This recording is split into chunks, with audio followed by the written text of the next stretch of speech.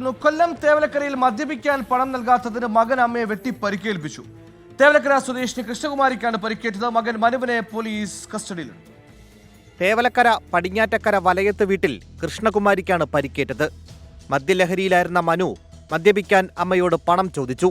പണം നൽകാത്തതിനുള്ള വിരോധത്തിൽ മൂർച്ചയുള്ള ആയുധം ഉപയോഗിച്ച് മുഖത്തും കൈക്കും വെട്ടുകയായിരുന്നു. പരിക്കേറ്റ കൃഷ്ണകുമാരിയെ കരുനാഗപ്പള്ളി താലൂക്ക് ആശുപത്രിയിലും പിന്നീട് വണ്ടാനം മെഡിക്കൽ കോളേജ് ആശുപത്രിയിലും പ്രവേശിപ്പിച്ചു. 33-കാരനായ മനു ലഹരി ഉപയോഗിച്ച് വീട്ടിൽ വഴക്കുണ്ടാക്കുന്നത് പതിവാണെന്ന് നാട്ടുകാർ പറയുന്നു. സ്ഥിരമായിട്ട് പ്രശ്നമാണ്. സ്ഥിരമായിട്ട് ഈ ചേച്ചിയെന്നല്ല, ഈ ഭർത്താവിനെ ഇവന്റെ അച്ഛനെയും സ്ഥിരമായിട്ട് മൃഗമായിട്ട് മർദ്ദിക്കുന്നത്. അതുമായിട്ട് ബന്ധപ്പെട്ട് ഞങ്ങൾ സ്റ്റേഷനിൽ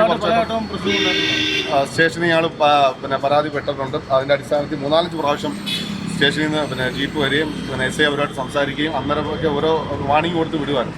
ഇപ്പോഴാണ് മൃഗീയമായിട്ട് ഇത്രയും വലിയ ഗൂഢത ചെയ്തത്. പിതാവ് മോഹനൻ പിള്ളയുടെ പരാതിയിൽ മനുവിനെ തെക്കുംഭാഗം പോലീസ് പിടികൂടി. 24 കൊല്ലം.